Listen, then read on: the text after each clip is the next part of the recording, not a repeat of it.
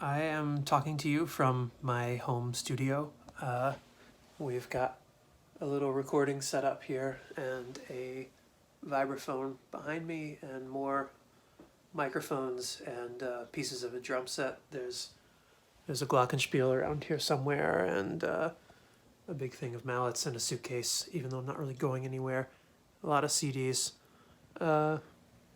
Oh yeah, there's my label, Waiter Recordings. Otherwise, that's about it. So long. I knew of both of their work and I knew of the label. It wasn't terribly hard to write for them because I knew their work, but I have yet to meet them personally. So that is the world that we live in, though, and really that's the project. It's a long-distance project. I use a timer a lot in my music. There's a lot of repetition, and instead of writing everything out, I just use a stopwatch and orient people that way. So by starting the two videos of the two performers at the same time, they can achieve more or less synchronizations because they're using the same timer with the same minutes and seconds. As far as process, I wrote it kind of intuitively. I wrote it in a way that I knew would be performable from a distance this way, but sound-wise, I used a lot of sounds that I really like. The opening sound of the percussion is a sound I used on one of my old band's records, who were called the Weird Weeds.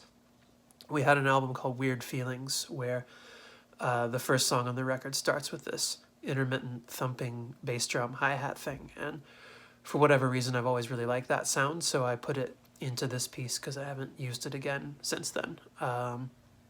Otherwise, the piece consists of just things that I'm generally preoccupied with: long drones, repeating rhythmic patterns, weird timbres, and stuff like that. So, yeah, I didn't find the distance that difficult to deal with. I didn't feel like I had to change my process very much because of that.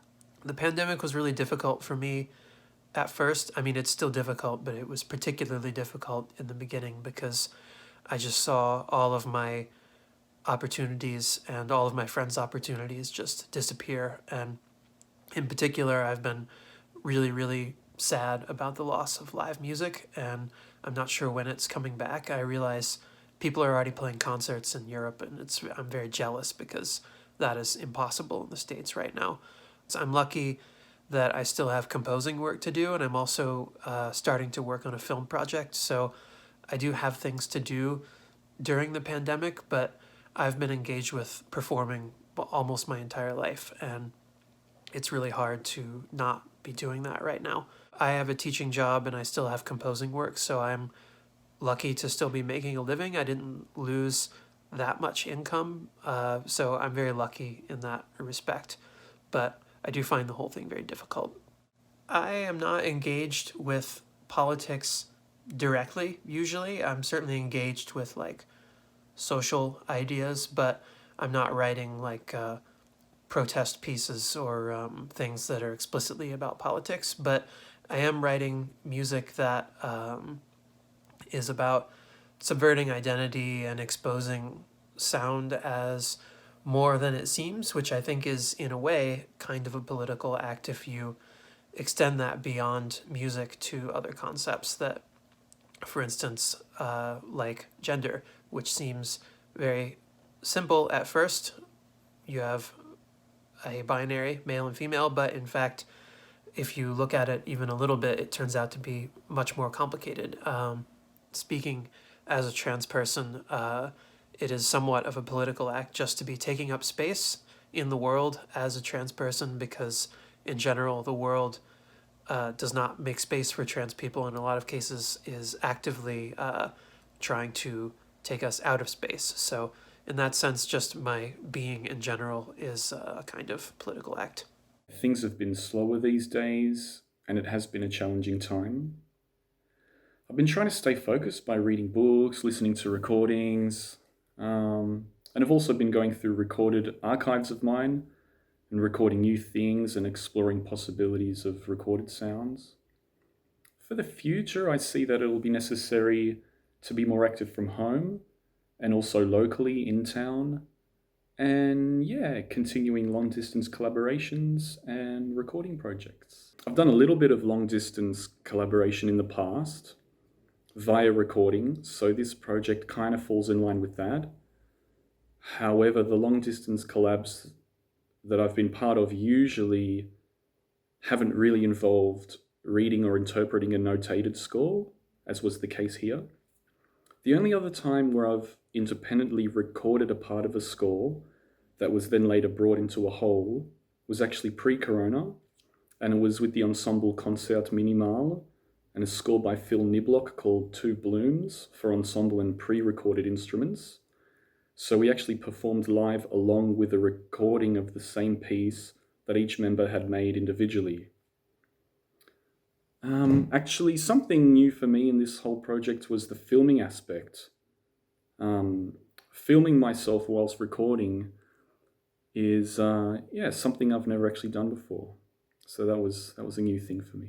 My link is firstly knowing Cyril and Bondi through the experimental music scene. I first heard about Bondi through my friend Johnny Chang. They were collaborating. I think it was sometime around 2012. And later I saw Bondi play at another friend's house concert in Berlin around the same time. And then I remember being on a solo tour in 2013, and there was a gig in Nancy, and Cyril and Bondi were there, playing in a percussion trio with Antez. And I think the first collaboration was a concert in Geneva in 2015, which was a trio of Johnny, Bondi, and myself. And it was actually later released on the Insub label. And since then, I've done other collaborations with Cyril and Bondi over the years, recording and performing their compositions. And then, of course, there's also the Insub Meta Orchestra, and I've also gotten to know some of the members from that group over the years. It's basically through the scene. And also, there was an orchestra-focused festival which was organized by Insub. And I was there as part of the Berlin-based Splitter Orchester. So, yeah. Voilà, c'était en plein milieu de la pandémie, il y avait déjà des débuts de concerts en streaming, je voyais déjà le désintérêt total qu'on pouvait avoir à regarder des lives derrière notre écran. Donc dans un premier temps, j'avais pas forcément une envie très claire, et en fait j'ai quand même senti qu'il y avait une opportunité de questionner ce nouveau rapport qu'on a avec justement la distance, le fait que on a l'habitude de voyager en tant que musicien, de tourner, de rencontrer les gens sur des festivals internationaux, et que en fait cette réalité-là n'existant plus, comment on va continuer à composer, à créer, à interagir ensemble. Et voilà, on s'est dit du coup avec Insub qu'il y avait un intérêt à questionner ce rapport-là à la distance, au fait de ne plus pouvoir se réunir au même endroit, en tout cas pendant un temps donné. Depuis le début de Insub, donc il y a une dizaine d'années, il y a toujours eu une envie de sociale très forte, qui est de réunir des gens de différents horizons, de trouver des projets, des opportunités, de créer ensemble, comme par exemple Insub Meta Orchestra, qui est un grand orchestre qui réunit des musiciens qui vivent vraiment dans des zones géographiques très, très éloignées. On avait fait le micro-festival il y a une dizaine d'années aussi, qui était une sorte d'explosion de musique improvisée à travers la Suisse, avec énormément d'échanges entre les musiciens et les organisateurs. Et voilà, moi il y a toujours cet aspect-là qui m'a questionné, et vraiment quand on se retrouve à être tous confinés chez soi, à éviter au maximum l'autre, à même générer une sorte de peur de l'autre, et de voir en fait tous les lieux communs, les lieux publics, les lieux d'existence sociale qui se ferment autour de nous, tout à coup je me suis dit voilà, il faut continuer malgré cette situation à trouver à ouvrir en fait des contextes où les gens continuent à collaborer, continuent à parler. Mais je pense qu'il va y avoir énormément de choses à réinventer, à réimaginer, principalement dans les milieux de la musique vivante, celle qui s'écoute en live.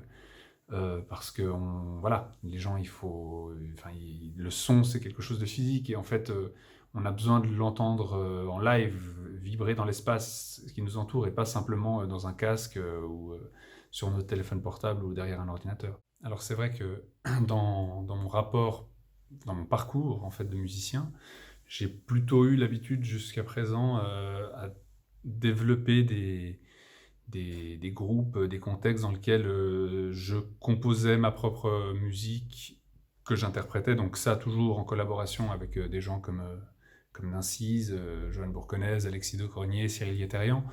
Et c'est vrai que j'ai toujours eu, avec le temps, ce plaisir du travail en amont, de réflexion sur la musique, et après sur son interprétation, son adaptation. Voilà. Donc ça, c'est quelque chose qui m'a toujours vraiment intéressé. Et c'est vrai que là, de demander à quelqu'un d'extérieur de composer de la musique pour soi, c'est quelque chose que j'ai fait relativement peu, mais que je fais de plus en plus. Et en fait, ce que je trouve intéressant, c'est quand même d'une certaine manière l'inconfort dans lequel ça met. C'est-à-dire qu'on nous pose des problématiques qu'en fait on évite de se poser en tant que compositeur, parce qu'on sait exactement ce qu'on est capable de faire, quels instruments, quelles textures on est capable de produire. Et là, tout à coup, dans l'écriture de l'autre, on trouve, on trouve des ingrédients qui nous poussent à réfléchir à une nouvelle forme de pratique, à une nouvelle forme d'exécution. Et ouais, il y a quelque chose qui m'intéresse de plus en plus en fait dans ce rapport une forme de contrainte extérieure qui nous oblige à trouver des nouvelles solutions. La pièce de Sarah Hennies, en fait, elle m'a vraiment permis de retrouver mon instrument de base. C'est vrai que, donc, qui est la batterie, c'est vrai que ces dernières années, j'ai plutôt essayé de le déconstruire, le réinventer, imaginer des nouvelles formes de jeu, des nouvelles positions. Et c'est vrai que là, la pièce était vraiment composée pour batterie, avec des sons ajoutés, comme par exemple un son de bouteille, ou bien un son de métal hyper fort. J'ai pris une fourche qui traîne dans notre studio depuis plusieurs années, qui sonne magnifiquement bien. Et du coup, c'est vrai que pour moi, ça a été une sorte de retour à une pratique que j'ai eu beaucoup et que j'ai un peu abandonnée ces derniers temps. Donc pour ça, c'était super en fait d'avoir cette espèce d'ouverture, d'opportunité. Donc il y avait vraiment une forme de tension entre des longues plages de développement d'une texture et tout à coup des transformations rapides. Et c'est vrai que c'est là que je sentais que la rencontre avec l'autre allait se faire. C'est dans ces moments de transition.